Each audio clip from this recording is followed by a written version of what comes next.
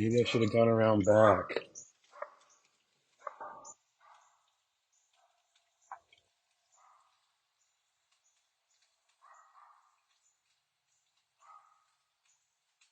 I hear the dogs, but I don't hear him. Ringo! Where's Adam? Where's Adam? We got Dolly and Ringo here.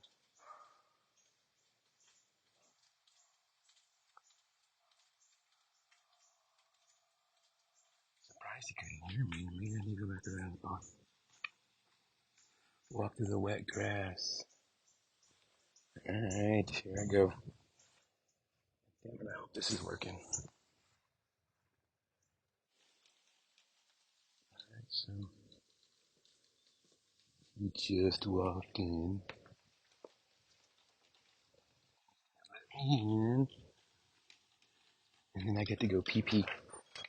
Adam! These doggies were going crazy up front. Woo-hoo! How are you? Coming on in pretty full there, bruh. Dolly and Ringo, right? What's up, ladies and gentlemen?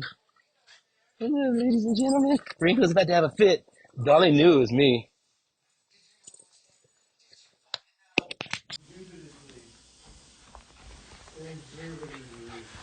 It looks great. The lighting looks great. You know, it's oddly fucking quiet. Like 2 weekends of open house, nobody. No. And one showing. And so I'm on, I didn't book anything this week because Katie's doing her kind.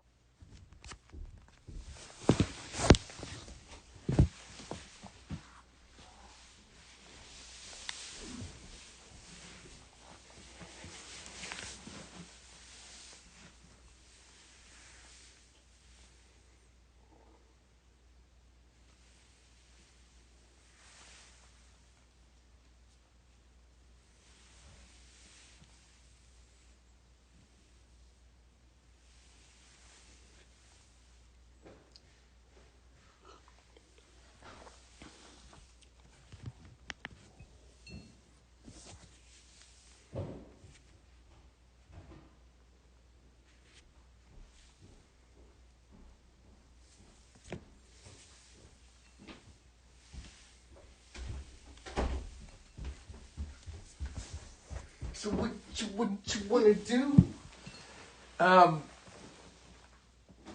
You know I've been trying to get this thing going for a long time. Yeah. And so I finally got an interview with my buddy Nick, who has the big motivational kind of merch kind of thing, the choose your own attitude. Mm-hmm. And so I'm just kind of getting back started. I never published the conversation we had before. The stuff you and I and Wendy and I did. I don't remember it. Yeah, during COVID. And we're going now, and I'm not even sure that I'm doing it right now, but at least I got a second. Yeah. I'm giving it a second chance, but yeah. I thought it would be kind of cool to talk to all the guys after the tour, and with the. She's good. I don't mind her coming on over here by me. All right, we can. Then I'll have to open the door for Ringo. It's not fair. It's just not fair, Dolly. Ringo can't open the door by himself like Dolly. I think she was hiding. Sorry, I digress. I digress. So I thought, well, now that I've got a little bit of time, and of course after these next 4 things we got going on in August, maybe give it a chance to sit down and talk to all the guys for about an hour and just see what the tour is like with the whole kind of backbone of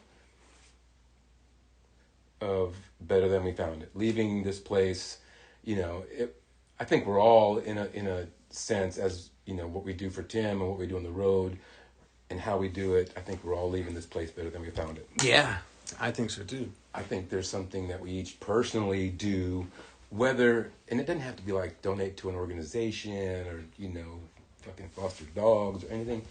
I think it's just speaking of dogs, I think it's just the kindness, the attitude, the positivity. I've hardly ever seen you angry, and I know it happens because, it happens. Life is tough, and gets us that way. But you have just a cool, positive vibe, and how you have spread it around the people you work with. I think is leaving the area you visited better than we found it. So I just wanted to talk again and talk about the end of the tour, and just talk about life, catch up. I just came from talking to this guy. For the podcast? Yeah. No. For my podcast about leaving, things better than we found it. No. With this guy, he does mission work, and his whole thing is extreme. It's basically saving people, turning people onto Jesus, but praying for people, and nice guy. But one of the last things we talked about, he said, well, tell me about the music thing. He's like, I'm like zero with music. Like, he just doesn't listen to music, and he's always does what he does. And I can't imagine not having music in the background or something. Yeah, but I told him my story as quickly as I could, and ended it with now I play with Tim, and I said it's amazing when you can be part of playing songs that actually touch people. Oh my God! And mean something and help people. Yeah. And sometimes it's just simple music, just a good feeling of music. You're gonna be all over the recording, dude. Stop. It's not raining for anything hard. It's Ringo. Calm down. And I said, he's got a song called Humble and Kind. And I said, and he has a little sing-along at the end of the set with everybody. And, I said, it's amazing. I said, I take my ears out and I listen to 20,000 people, sometimes 20,000 people sing along with Tim. And I think for that moment, everyone here means it. And that is a beautiful thing. That's a lot of energy. Yeah, so I think it's like we end the night, almost end the night with that positivity. Live like you're dying. I mean, come on. I mean, that's also... Yeah, and that's the other one. I pointed out, but I was really that example of, wow, here's 20,000 people singing back these words of good, and to be a part of that is cool, I mean, I've recently been... you've seen on social media, trying to bridge, trying to figure it out. Yeah, trying to figure it out. But you know what, dude? There's people that are on the other side of this stuff from me that are privately messaging me from this, and we're talking, and I'm getting thank yous. Thank you for the civil conversation. And I'm finding that these people kind of want the same thing we do, but for some reason, they think it's going to come from a different place or a different leader or a different, group of people than we do. Yeah. I mean, there's some extreme that want horrible stuff. Yeah. But there's less of them than just people that want, good things for everybody. And it starts with a conversation. I mean, and I think like you threw that question up there on social media. And like I was going to respond back to you, like what I have a habit of doing is just like turning the cheek, and because I don't want to lose a friend, I don't want to learn something about somebody and like, holy shit, they think totally opposite about it I do, but I've known this person for years, I don't want to do that, and so I figured the best way for me to avoid that is just to not say anything and not to poke the bear, Yeah. And that's why I told you I admire your boldness, because you're not poking the bear. You're kind of coming up and saying, you're stroking it. Yeah. Tell me, explain to me, bear, why can't I sit here next to you? And and I think that's admirable, because everybody would rather do just what I do. Yeah. I don't want to bother them. But well, yeah. I mean, I just want everything. I guess it's part of what, you say you never see me really mad. And I have my frustrations with the world stuff and everything, and I kind of keep them to myself and maybe express them to Katie, and maybe just express them with song. It's like, we wrote Rise Up. That was my way of expressing my frustration. Frustration, with the world, and And God, I mean, that's where it comes from. I do get mad. I've gotten mad. Oh, sure. I can get mad. It's not pretty. Yeah. Yeah. It's usually like out of nowhere. And the times I've seen my anger come out over the last years are when it's something that's affecting my kids. Mm-hmm. Like I got into an altercation with a father of a kid on my son's basketball team. Mm-hmm.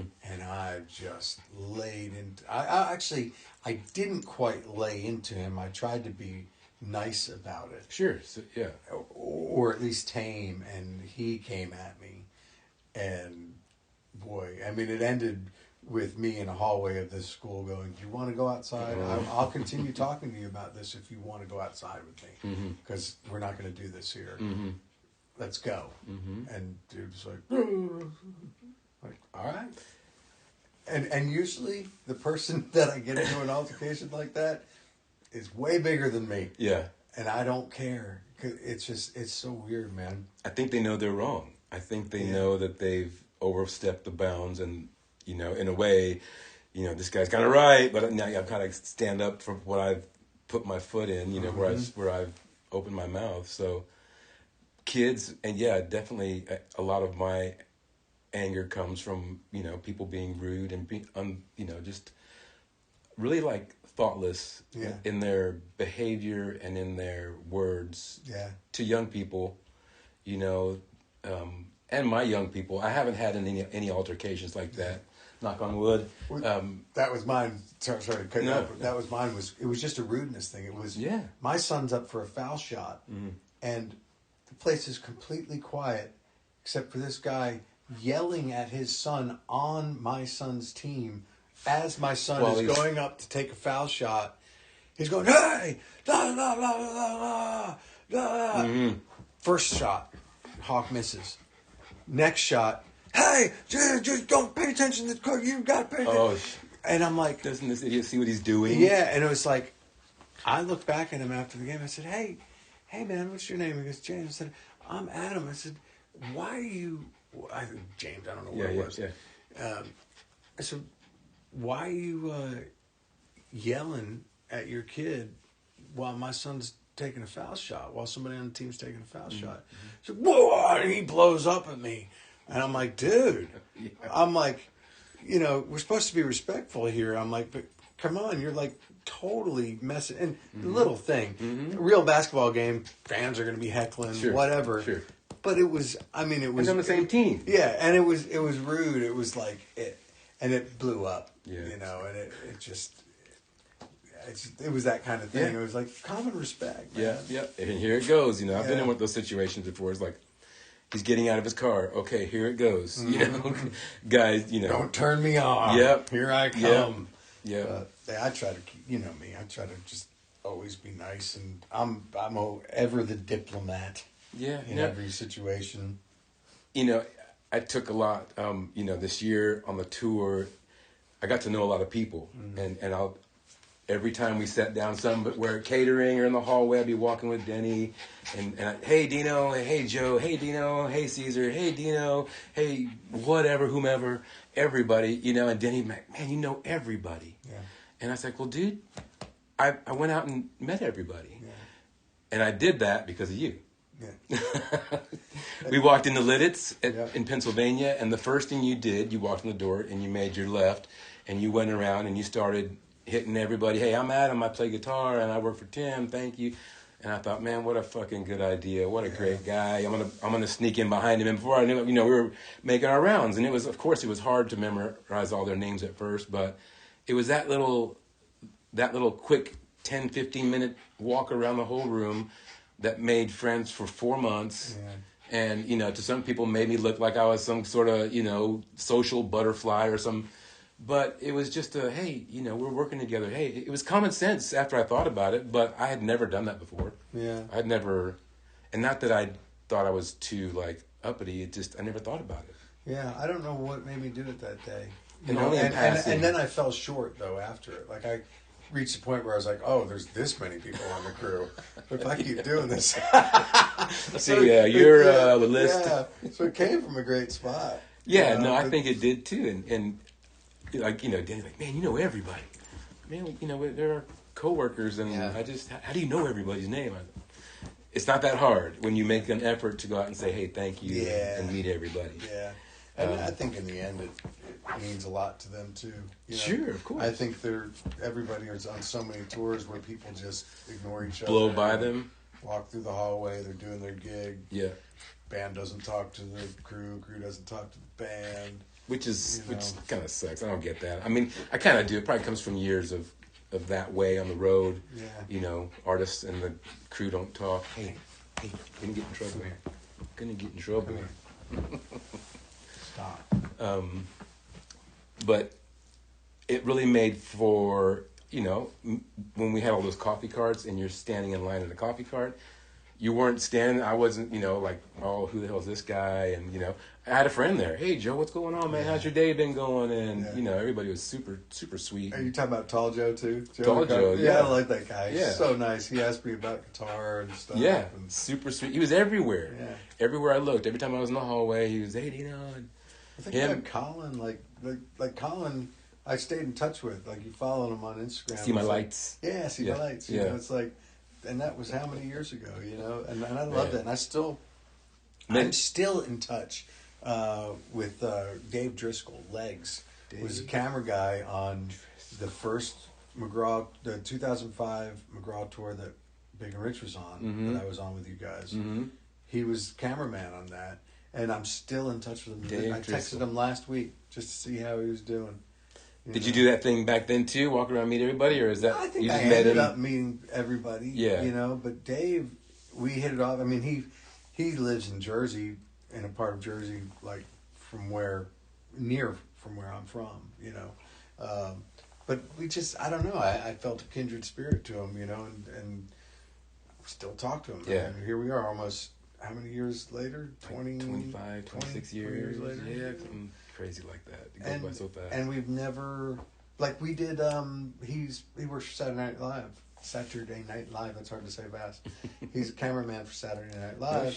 And the last time we went and did Fallon, he texted me, I'm coming down to say hey, and there he was. He popped in the hallway and he came down by the dressing room. That's cool. Say hi. That's cool. And it's just, I love making those connections, and I don't know. And then you go back to what we were talking about before, like, you don't want to find out something about somebody that you don't like, but then I have to go, I don't want to let that happen. Mm-hmm. I don't want to let that happen. Mm-hmm. I want the feeling of friendship and brotherhood to overshadow differences, because no matter what, you're gonna have differences. Mm-hmm. Yeah, it could be insignificant things that have nothing to do with the world. Mm-hmm. It could be the way you pick your teeth at a dinner table, and I don't like that, or I pick my teeth at the dinner table and you don't like that. But it's not gonna make me not want to be your friend, right? I think what okay, I don't want to be your friend. I think what makes me, is when they try to not explain, but try to clarify, or try to not to try and make me understand the way that they believe or the way they think, but it's just like, this is how I believe and this is the way it is. They don't try and make me understand, And I've only had a few conversations with a few friends like that, and I still love them. We still meet every Wednesday, and have a good time, and we work our differences out. We know where the line is, and we know how far to go before it's like, okay, this is, let's just stop here, and that's. Well, and that's the thing. It's knowing when to stop. Here's an example. So check this out. This guy, friend of mine. I'm not going to name him, but. A friend of mine. I consider him a friend, and always will. He's a really nice guy, and I think he'd probably take a bullet for me if he had to. Where is it? Come on, gonna find it. He said, tried to comment on your post, but I'm still in Instagram jail. And he sent me this. He said, and no shame in it. I don't like Donald Trump. I'm not a supporter. he said, from my view in the peanut gallery, we as American patriots, not Republicans, not Democrats, are tired of seeing a weak border, record levels of inflation, hopelessness in the middle class when it comes to the price of fuel, groceries, houses, seeing foreign countries buy our farmlands, regulating and penalizing our U.S. farmers to the point of extinction, and all of the corruption on both sides of the aisle. American patriots want Donald J. Trump because he is not a career politician. So far, to me, this makes the most sense out of anything I've heard. He is a person who has built multiple successful businesses, more than any of our DC puppets can say, and he believes in America first, which is obvious in his policies through tariffs and bringing companies back to America. He is against all of our tax dollars going to support foreign wars, and he is for America working man. Go ask anyone building anything in Nashville who they are voting for, and then go ask barista at Starbucks what they think, and then ask yourself, what do I need more, roads and houses or $8 coffee? Just my opinion as an out-of-touch and out-of-date redneck conspiracy theorist. But a lot of that has weight, but I don't think my personal opinion is, I don't think Donald Trump has any interest in the American people. Personally, but that's my own view. Right. But I knew where to draw the line. I hearted that, and I said, "Thank you. This makes a lot of sense." I'm not going to change what he thinks. Right. I'm not going to. I almost started typing, "Dude, Trump's in it for his own money, his own wealth, his own fame." That's an opinion I've formed. Maybe I've watched media, but the first time I heard him open his mouth as a politician, I was like, I don't like this guy. It's just me. I never, But whatever. I don't want to make it a political discussion. Yeah. I was just using that as an example of overshadow. When this guy's a friend, he's giving me what he thinks. He's explaining it to me better than anybody else did on that thread. And that's enough. And that's enough. That's what I wanted. I want to know what everybody is. I kind of think like, can I be this wrong that so many people are like, yes, what the hell is that? It's just like, am I that? But I want to understand. I want to understand. It's the division that bothers me, But that was heartening for me to get some of these conversations going. Yeah. And realize that this person, they might think Trump's the guy to do the right thing, and maybe I am wrong, maybe we are wrong, maybe he is, maybe we are blinded by something, maybe we're the ones, but they want the same thing, most of these people, except for the extremists, except for the KKK people and Christian nationals or whatever you call them. We all want to be successful and prosper. We all want doctors and medicine that's fair for everybody. I get the border thing, but I don't get the border thing because we were, that's how we were started. And there's also this too. I just read that, and it made even more sense to me than the first time I read it. The first time I read it, I thought it said something a little different and almost responded and cut myself off. But I just understood that better the second time. So we could all learn to take a step back and not react. And I think that's part of getting along with people better. Is taming down your reactions. Everybody's really angry. Processing better. And I learned that when I went to therapy years ago. That you have a split second to react. How are you going to react? And in that split second, can you control? Can you, in the blink of an eye, can you take a deep breath and sit back? Gather it all. And go, wait, no, I'm not going to fire bullets. Right. Not react, respond. Respond, That's something I've learned in the program. Don't react, respond. Right.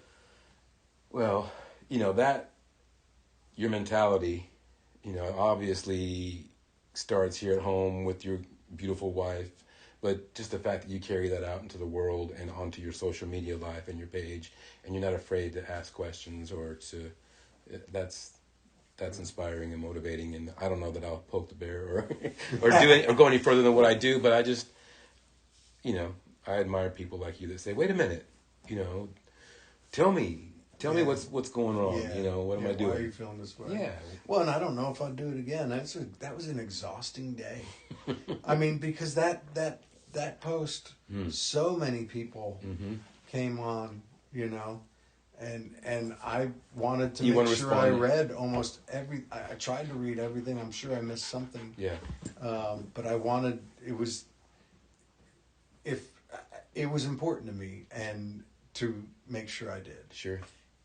All day till the next day. It's a couple of days later now, and it's like, thankfully, started to die down. Stop. I'm like, what did I do? Right. People are sensitive, and and have an opinion about it, and I guess that's what makes America great, is that we can all, if you handle it correctly and if you're mature about it, we can come to some, not a resolution, but at least an understanding. Yeah. And that's where it kind of starts, is understanding, I think. Yeah, and dude, one of them ended up, a guy that thinks way opposite of me. Did you convert him? He gave me his no, yeah, I converted him. No, he, I forget the exact words, but he told me his spiel, and we went back and forth on a private message, and I think it was a private message, and he's like, well, man, I'd love to hang out sometime. That's great. I mean, he's it's like another guitar player in town that, And that would be awesome. He lives in, wherever, Texas, and we're close by, and you guys get a chance to have a coffee, and then I just made a friend because I wanted to understand the other side's policy or thought process or something. And that's the thing, how many other sides are there? It's like, are there really other sides? Mm-hmm. No, that's what division is. It's just making us think there's other sides. I expressed just being frustrated with it to a friend, and he texted me back, and he's like, it's all a mirage, man. It's all gonna be okay. It's all, and I'm like, man, maybe you're high, maybe you're not. we have to have that faith. We've been in hard times before. Cindy, my wife, Cindy's, Cindy. Cindy Brown? Cindy Brown. Yeah. She was reading this book that got me intrigued in the Dust Bowl. Coming out of the Depression and then going into this, people in the northern plains of Texas and area, the land just dried up and blew away. So it was just dust. People would wake up in the morning and pour the dust out of their shoes and out of their pans. It was just dust. I'm like, we are so soft, and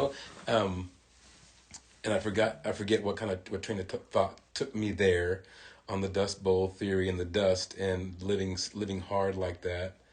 So I'll have to round back to that. That's okay. Short term. Where am I? It happens all the time.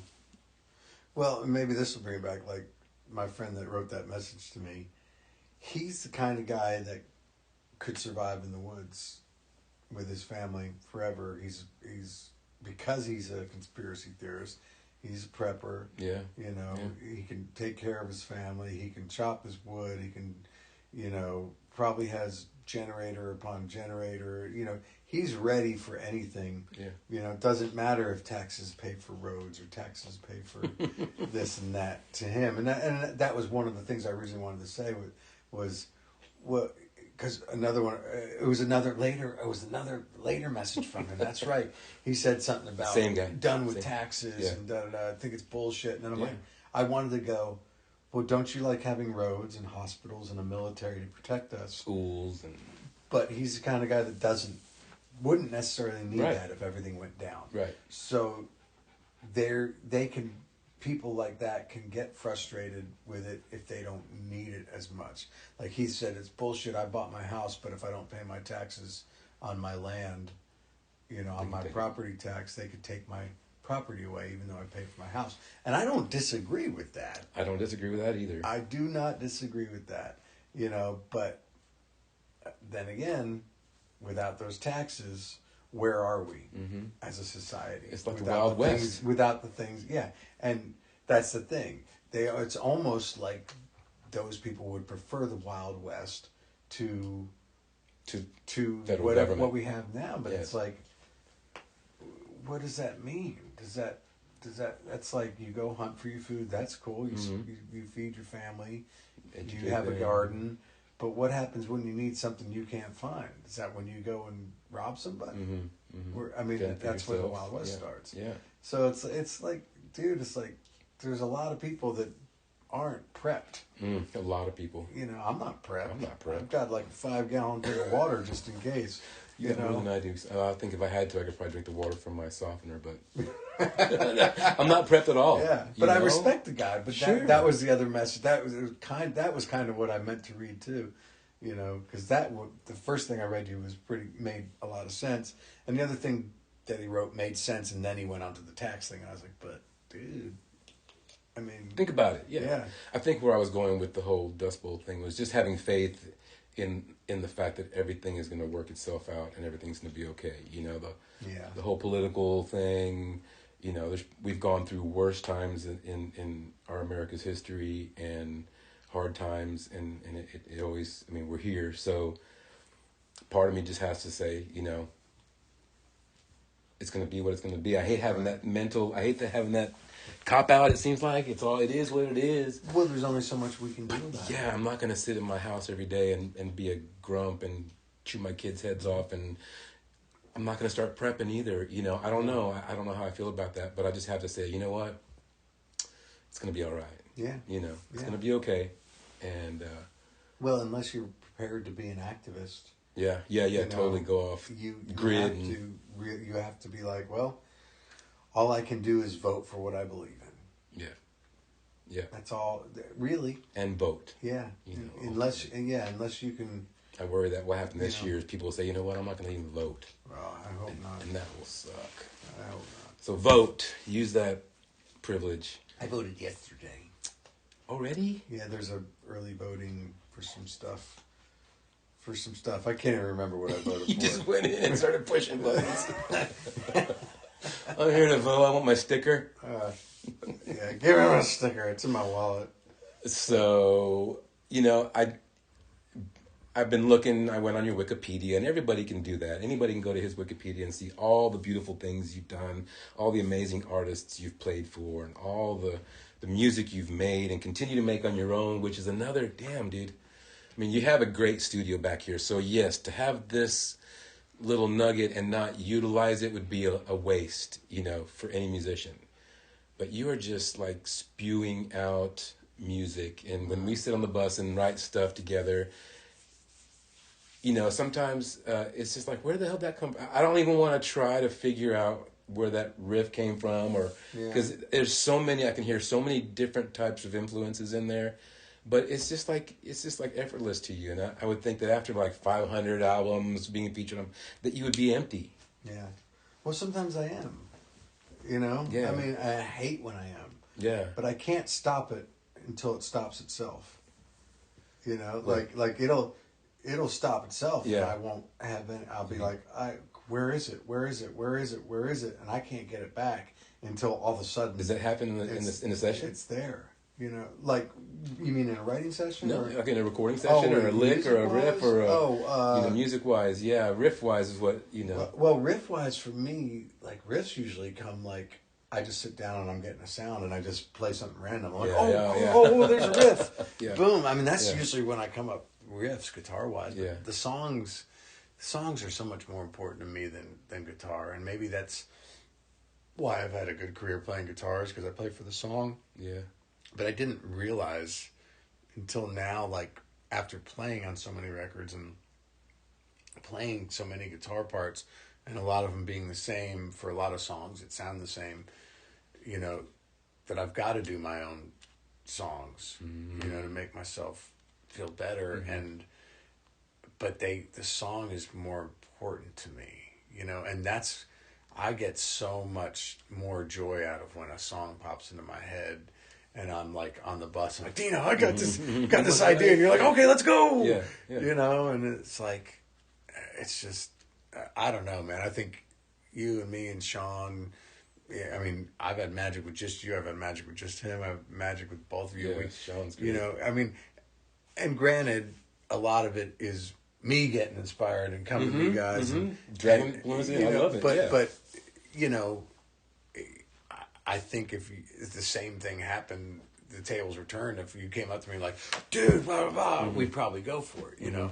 But I just think we just hit this kind of magic thing. And, you know, to me, you sending Rise Up to Tim and him wanting to cut it made me go, yeah, you can write what you love, what means something to you, and have it, you know, go somewhere. And even if, honestly, even if Tim doesn't put that on his record and it just remains a song he cut and there's a recording of it and he played it before our shows, it was fun. Yeah. You know, it taught me something. It taught me that I've been right for a long time, because I was sitting with Keith Urban on a session, and I said to him, I can't remember my exact words, and this is no offense to Keith, because there's a power of the songwriter, and Katie would probably defend Keith on this, because you know, her dad's a longtime songwriter, and I've always, you know, kind of been like, well, I'd rather have an artist write his own song. But I said something to Keith about, man, a song from the heart is better than a song. Something like a song from the heart is so much more meaningful, and you could tell, you know, than a song that's just been processed and you're writing from the formula. And his response to me was basically like, whatever, dude, you're so wrong. I'm not gonna quote him, and I'm not dissing Keith. No, his opinion was valid. Yeah. But I was like, dude, but I've always thought that the songs from the heart that just come out are so much better. And man, I mean, that was an example to me of, yeah, I'm right. You just gave it to Tim. I would have never given it to Tim. And boom, he loved it. Yeah.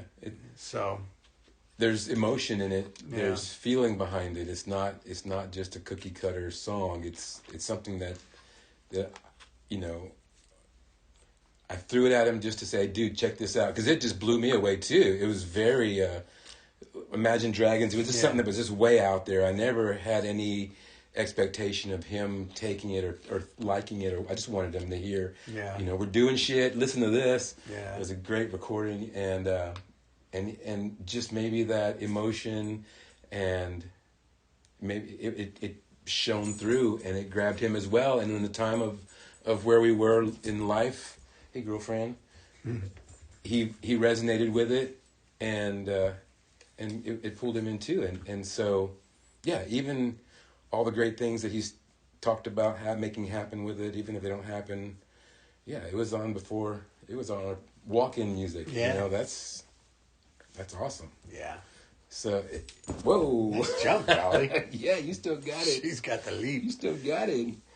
So, and so, like, let's just talk real quick. Like, I know what you do pre-show pretty much, but you know, warm-ups, you know, do you tell the people out there, you know, what does Adam do every night that helps him get into that? Because I know there are days that we don't feel like doing it, all the way up until like 8:29, and then 8:30 is just like flip a switch and it's go time. But do you have any rituals, any thought processes, any things you go through every night to get ready? Not really. You know, I think, to me, you know, like if I was Tim, if I was a singer, I do when I play clubs, I do what he does. You know how he's always just pacing back around, and forth, being quiet, thinking. He's he's nervous, so he'll never say it. Right. He's probably nervous. When I'm a front man with Brains more than Sunkat, because Sunkat I got Katie singing with me, and it's always a little more comfortable. With Brains, I always have this nervousness, and it's probably because we don't play enough too. The band together, but man, I'm like, well, the style of music too. Yeah. I mean, Brains is in your face, and Katie and Sunkat's a little more light, earthy. But I get back there and I get into my own space Mm-hmm. and fighting nervousness, Mm-hmm. you know. But when it comes to just playing guitar with Tim, I think it's interesting this year. What's happened more is, and it's probably also because it was a every weekend, 3 days a week tour, you know, where it was more routine. I was more like, oh, it's already time. And, you know, I was just chilling on the bus, maybe working on a song. Yeah. You know, like my favorite, the last few times where we were working on songs right up to like, oh crap, we better get ready. Right. And like I wasn't even dressed yet, and Heath walked in and said, 12 minutes. And I was like, oh crap, can I get dressed in 12 minutes? Yeah. So I hadn't really had any time for rituals this year. Yeah. I do have that quick moment when we're finally backstage. You know, I like getting my ears in and blocking everything out and grooving to the front of house music that's playing. But then somebody will always tap me on the shoulder and want to chat. I'm like, okay, so it's, you know. I'm sorry, I'm making out with your dogs right now. It's been a bit of a social event this tour. Hey, come here. How do they know that I'm a dog person? Come on, let's go. You're totally cool. Are you sure? Yeah, they're fine. Just not in my face. You're going to have her hair all over It's you. all right. It's all right. God, here, we should send it. Oh, no, too late. Yeah. Come here, doggy. Come here. Taking a picture with the dogs. It was like every night this tour was like, holy shit, we're in June. And you know, every night it was, holy shit, we're at Lips. You know, Lips is what we call Felt Good on My Lips. Yeah. And every night when we hit that song, it's like, we got like 5 songs left and we're out of here, you know? And I would always think, how long did we play? You know, no, we played 90 minutes. Mm-hmm. Wow. It just went by so fast. And I know going into it that we were so happy with last year's set and the way everything rolled last year that we were so afraid that this year would be kind of that way. And I wonder if it's age, you know? Yeah, I don't know. Or maybe it just had a better flow, maybe. It was killer. It could have been age, but I had the same thing. It was Real Good Man for me. It was like, we'd get there and I'm like, what? We got 3 songs I mean, left. even... Maybe like the last couple weekends, I started to earlier going, all right, when's Real Good Man gonna happen? I'm ready. But like I found like all the other set lists, you know, up until this year, I found myself at a point in the set going, okay, you know, unless I was having the best time in the world on stage, which I think people should know. It's like we don't always have the best time up on stage. Like, it's just a mental thing. It's like. It could be something that happens in the crowd you don't like. You see somebody get mad at somebody, a fight start, or you're just not feeling like the energy's been given back to you personally. Mm-hmm. Like we played when we were in LA. Everybody in the band was like, "That was the best show ever." Mm-hmm. I'm like, "No, it wasn't. It's freaking boring. Nothing. It was boring. I mean the stands were so far away. I was like, there was no connection. I don't know how anyone thought this was the best show in the world. You know, so it's so different for each one of us. Yeah. You know, I thought it was funny that one, I forget if it was Cole or Chris, the 2 brothers down there. Cole was our stunt Tim and Liz. Yeah, stunt Tim. I forget if it was him or Chris that were like, man, you know, the set goes by so fast. And he basically said what I just said. You know, I always look down every night before I know it. It's, you know, you guys are doing Lips and I'm like, oh my God, we're already done. And I would notice that people in the audience, you know, they never sat down. So they're on their feet for 90 minutes. And they've been there. Doors are at 6. They probably had people standing in line 5 or 4, you know. Yeah, so 4.5 hours. All day long, and they never sit down. And the fact that he can still pull that kind of an audience. Well, they sit down for the opening act. Well, they sit down for all the opening acts. No offense, guys and girls. We had some great opening acts. But the fact that he can still draw that and pull in, like I said, 17 to 20,000 people. It just blows me away. Yeah, it just blows me away. It's pretty nuts. But now we got like 4 shows left. What do you got planned for the 3, right? Well, is it 3? One canceled. Yeah. What do you got planned for the break? Man, I am hoping that people want me to play on recordings. Yeah. But I've got a record to work on. You're doing another project. Yeah. Well, I mean, we got some amazing songs we wrote out there, and I've got a backlog of shit. And I want to talk to you about working some more stuff up for my little deal. I just sent Paul our fiddle tracks, revised fiddle tracks. So Cindy's like, get that done. Yeah. Get that project done. Yeah. Put this on the back burner. I got the little book thing. Put that on the back burner. Get this project done. So That's good. that was part of me also calling you up and saying, hey, let's get together and stuff. And well, brother, I'll cut this off because I don't want to take a lot of your time. But I love you. I love your spirit. You're so influential. You're my boo. Oh man, You're my best buddy. You're my best buddy too. Yeah. And I thank you for your encouragement, your spirit on the road, Likewise. Your friendship, and thank you for spending some time with me with your dogs. Oh yeah, and your bad breath. It's okay. I'll go home to my dog and her bad breath, and chatting with me and helping me to leave this place better than we found it. So, quick speed question, couple speed questions actually. Toilet paper, over or under? Over. Over, right? Yeah. What the hell's up with under? Under's wrong. I don't get the under. Yeah, that's bullshit. And is it sock, shoe, or sock, shoe, shoe? Sock, shoe, shoe. Sock, shoe. Okay. Love you, brother.